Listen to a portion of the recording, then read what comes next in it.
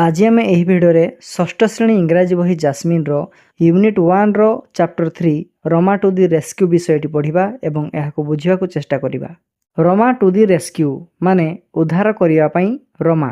Late us do this activities before we read. आसतु पढ़ा पूर्वर यह कार्यगुड़ी करवा। नंबर 1 रे identify the following people, how do they help us when we are in trouble. निम्न रे दिया जाइथिबा व्यक्ति मानकु चिन्हट कर। आमे विपदरे पड़िथिबा बेले सेमाने आमको किपरि साहाय्य करंती। प्रथम चित्र रे देइछि पुलिस ऑफिसर। आमे लिखिबा she maintains law and order and protects us from criminals and danger. से आईन श्रृंखला रक्षा करंती एवं अपराधी तथा विपदरु आमको से सुरक्षा दियंती। द्वितीय चित्रटी होउछि जने डॉक्टरंकर। आमे लिखिबा she treats us and gives medicine when we are sick or injured. आमे असुस्थ किंबा आहत हेले से आमर चिकित्सा करंती एवं आमको औषध दियंती।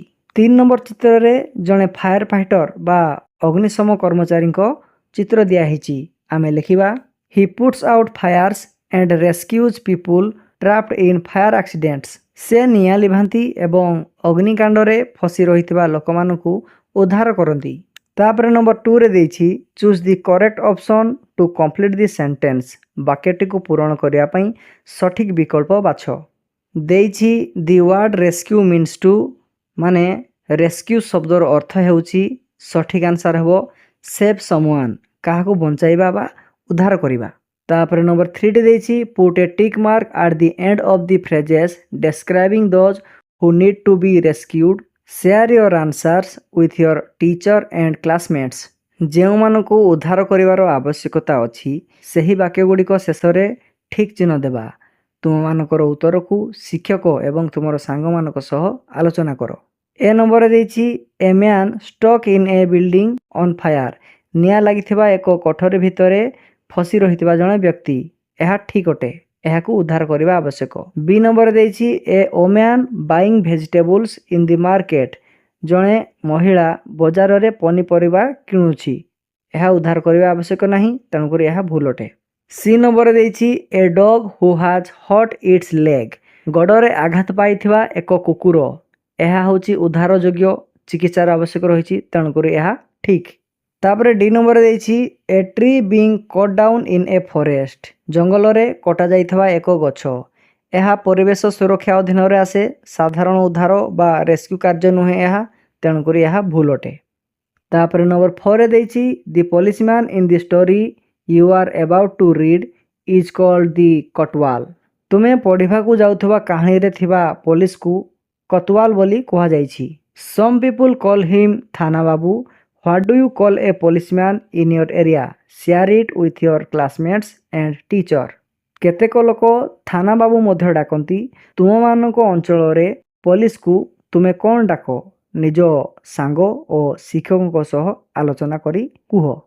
आमे आंसर रे लिखिबा we call a policeman police babu or havildar. तापर नंबर 5 रे देइछि what do you do whenever you face a problem? Share it with your friends. जेतेबेले तुमे कौनसी समस्यार सम्मुखीन हुओ सेतेबेले तुमे कौन कर? निज सांग मानक सह आलोचना करी लेख। आमे answer लिखिबा whenever I face a problem I try to stay calm and tell my parents or teachers for help. जेतेबेले मु समस्यार सम्मुखीन हुए मु शांत रहिबाकु चेष्टा करे एवं सहाय्य पई मो माँ बापा किंबा शिक्षकों को जणाए। तापर नंबर 60 देइछि imagine you are alone at home, your parents have gone to the market, in the meantime you face a problem, what will you do then? Tick the correct option. भाव तुमे घरे एकुटिया रहिछ, तुम मानकर माँ बापा बाजार को जाइछंती। एही समय रे तुमे एको समस्यार सम्मुखीन हेलो, तुमे सेतेबेले कोन करिवो? सठिक विकल्प उपरे ठीक चिन्ह दियो। ए नंबर देइछि will you solve the problem yourself. तुमे निजे से ही समस्यार समाधान करि परिबो कि? बी नंबर देइछि wait for someone to help you.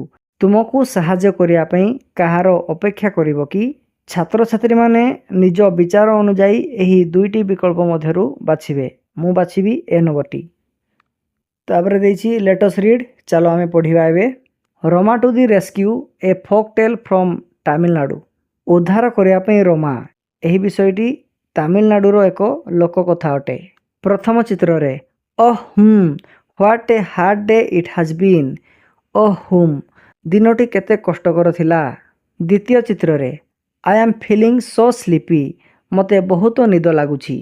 ତୃତୀୟ ଚିତ୍ରରେ what is the matter, what are you looking at. କ'ଣ ହେଲା, ତୁମେ କ'ଣ ଦେଖୁଛ? ମହିଳା ଜଣକ କରୁଛି ମାନେ ଚୁପ୍ ଚୁପ୍। ଚତୁର୍ଥ ଚିତ୍ରରେ ଲିସିନ୍, ଶୁଣ। Somebody is trying to get in. କେହି ଜଣେ ଭିତରକୁ ଆସିବାକୁ ଚେଷ୍ଟା କରୁଛି। I think he has already get in. The noise has stopped. ମୋତେ ଲାଗୁଛି ସେ ପୂର୍ବରୁ ଭିତରକୁ ପଶି ସାରିଛି। ଶବ୍ଦ ବନ୍ଦ ହୋଇଗଲାଣି। ଲାଇ ଡାଉନ୍, ଡୋଣ୍ଟ ଲୁକ୍। ଶୋଇପଡ଼, ଆଉ ଜମାରୁ ବି ସେପଟେ ଦେଖ ନାହିଁ। It is a thief, he must have somehow got past Roma.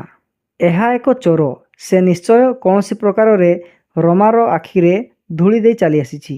କ୍ୟାପସନରେ ଦେଇଛି Roma was the village କଟୱାଲ। Roma ଗାଁର ଜଣେ ପୋଲିସ ଅଟେ। ଲେଟ୍ ଅସ୍ ଡିସ୍କସ୍, ଆସ ଆଲୋଚନା କରିବା।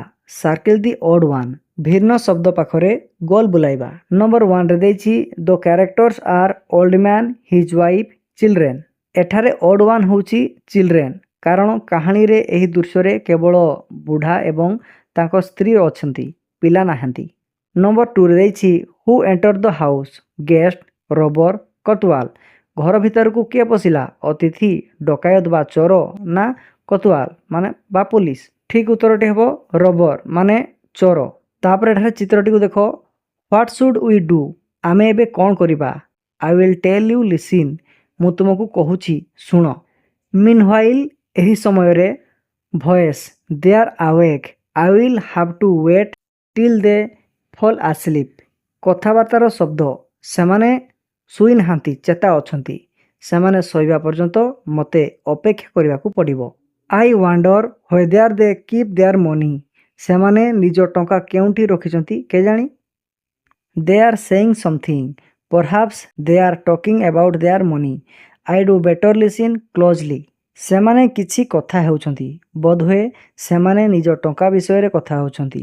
ମୁଁ ଧ୍ୟାନ ଦେଇ ଶୁଣିବା ଭଲ ହେବ। ସ୍ତ୍ରୀ ଲୋକଟି କହୁଛି, what should we name our child? ଆମେ ଆମ ପିଲାର ନାମ କ'ଣ ରଖିବା?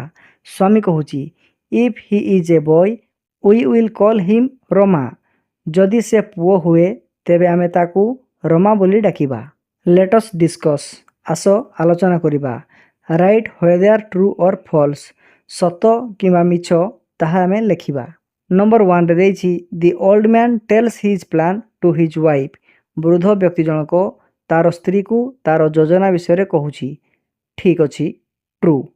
ନମ୍ବର 2ରେ ଦେଇଛି the thief wants to know whether they kept their jewels.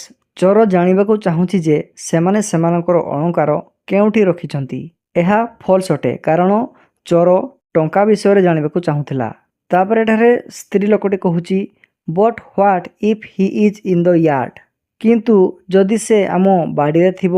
ସ୍ୱାମୀ ଜଣକ କହୁଛନ୍ତି, then I will call out a little louder, Roma Roma. ତେବେ ମୁଁ ଟିକିଏ ବଡ଼ ପାଟିରେ ଡାକିବି, Roma Roma. I wish they would stop this silly game and talk about their money instead. ତାପରେ ଚୋର ଭାବୁଛି, ଏହି ବୋକାମି ଖେଳ ବନ୍ଦ କରି ସେମାନେ ନିଜ ଟଙ୍କା ବିଷୟରେ କଥା ହେଲେ ଭଲ ହୁଅନ୍ତା। ଅର୍ ଫଲ୍ ଆସ୍ଲିପ୍ ଆଟ୍ ଲିଷ୍ଟ, କିମ୍ବା ଅତି କମ୍ରେ ଶୋଇ ପଡ଼ନ୍ତେ କି। ତାପରେ ସ୍ତ୍ରୀ କହୁଛି, but my dear, what if the boy is not in the house or in the yard but in the street? କିନ୍ତୁ ମୋର ପ୍ରିୟ, ଯଦି ସେହି ପିଲାଟି ଘରେ କିମ୍ବା ଆମ ଅଗଣାରେ ନଥାଇ ରାସ୍ତାରେ ଥିବ।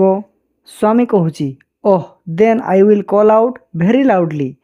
ଓଃ ତେବେ ମୁଁ ଖୁବ୍ ବଡ଼ ପାଟିରେ ଚିତ୍କାର କରି ତାକୁ ଡାକିବି, ରୋମା ରୋମା ରୋମା ରୋମା। ଲେଟ୍ ଅସ୍ ଡିସ୍କସ୍, ଆସ ଆଲୋଚନା କରିବା। ନମ୍ବର 1ରେ ଦେଇଛି along with your classmates call out the name Roma softly, loudly and very loudly. ତୁମ ସହପାଠୀ ସାଙ୍ଗମାନଙ୍କ ସହିତ ରୋମା ନାମକୁ ଟିକେ ଧୀରେ, ତାପରେ ଟିକେ ବଡ଼ ପାଟିରେ ଏବଂ ତାପରେ ବହୁତ ବଡ଼ ପାଟିରେ ଡାକ। ନମ୍ବର 2ରେ ଦେଇଛି what do you think will happen next in the story? କାହାଣୀର ଆଗକୁ କ'ଣ ଘଟିବ ବୋଲି ତୁମେ ଭାବୁଛ? Roma the kotwal will enter the house through the hole and catch the thief red hand. ମୁଁ ଭାବୁଛି କତୱାଲ ରମା ଗାତ ଦେଇ ଘର ଭିତରକୁ ପଶିବେ ଏବଂ ଚୋରକୁ ରଙ୍ଗେ ହାତ ଧରିବେ। Rama the village କଟୱାଲ ran to the house from which he heard his name being called.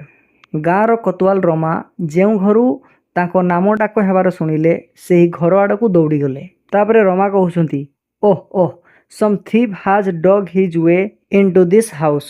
ଓହୋ କୌଣସି ଚୋର ଗାତ ଖୋଳି ଏହି ଘର ଭିତରକୁ ପଶିଛି। ତାପରେ ଚୋର ଭାବୁଛି at least they have stopped their chatter. ଓହୋ ଶେଷରେ ସେମାନେ ତାଙ୍କ କଥାବାର୍ତ୍ତା ବନ୍ଦ କଲେ। Now soon they will go to sleep and ଏବେ ଖୁବ୍ ଶୀଘ୍ର ସେମାନେ ଶୋଇପଡ଼ିବେ ଏବଂ ଆରେ ତାପରେ ରମା କହୁଛି you are under arrest. ତୁମକୁ ଗିରଫ କରାଗଲା। ତାପରେ ସ୍ୱାମୀ ଜଣକୁ କହୁଛନ୍ତି it is Rama he heard us. ଏହା ତ ରମା ସେ ଆମ କଥା ଶୁଣିପାରିଲେ। ତାପରେ ସ୍ତ୍ରୀ କହୁଛି the plan worked we are saved. ଯୋଜନାଟି କାମ କରିଲା ଆମେ ବଞ୍ଚିଗଲେ। The man and his wife by their cleverness had saved themselves from being robbed. ସେହି ବ୍ୟକ୍ତି ଓ ତାର ସ୍ତ୍ରୀ ନିଜର ଚତୁରତା ବଳରେ ଲୁଟ୍ ହେବାରୁ ନିଜକୁ ରକ୍ଷା କରିପାରିଲେ। ତେବେ ଏହା ଥିଲା ରମା ଟୁ ଦି ରେସ୍କ୍ୟୁ ବିଷୟର ଓଡ଼ିଆରେ ସମ୍ପୂର୍ଣ୍ଣ ବ୍ୟାଖ୍ୟା। ଯଦି ଏହି ଭିଡ଼ିଓଟି ଭଲ ଲାଗିଛି ତେବେ ଏହି ଚ୍ୟାନେଲକୁ ସବସ୍କ୍ରାଇବ୍ କରିବା ପାଇଁ ଜମାରୁ ବି ଭୁଲିବେ ନାହିଁ। Thank you for watching.